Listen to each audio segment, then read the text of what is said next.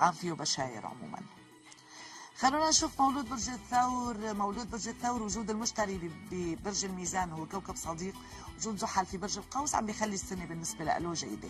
هلا انا ما عم اقول انه رح تخلو من منغصات، بس انا بظن الامور العائليه هي اللي فيها تغييرات هذا العام، ما عدا ايلول وتشرين الاول انا بعتبره بس هي الشهرين الوحيدين اللي مو كثير مريحين عائليا بالنسبه له او كتغييرات.